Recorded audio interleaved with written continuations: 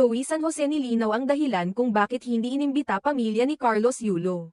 Ipinagtanggol ni Chloe San Jose ang kanyang nobyo, ang two-time Olympic gold medalist na si Carlos Yulo. Laban sa mga netizens na nagtanong kung bakit hindi umano inimbitahan ang pamilya ni Kaloy sa selebrasyon ng kanyang 25th na kaarawan.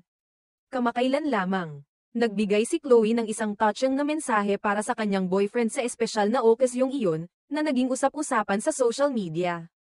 Ayon sa post ni Chloe sa Facebook noong linggo, ika-16 ng Pebrero, nagbigay siya ng malalim at matamis na mensahe ng pagdiriwang kay Carlos, na tinawag niyang favorite person in the universe at heart's biggest blessing. Ipinahayag ni Chloe ang kanyang pagmamahal kay Carlos at ang kanyang mga hangarin para sa kanilang hinaharap.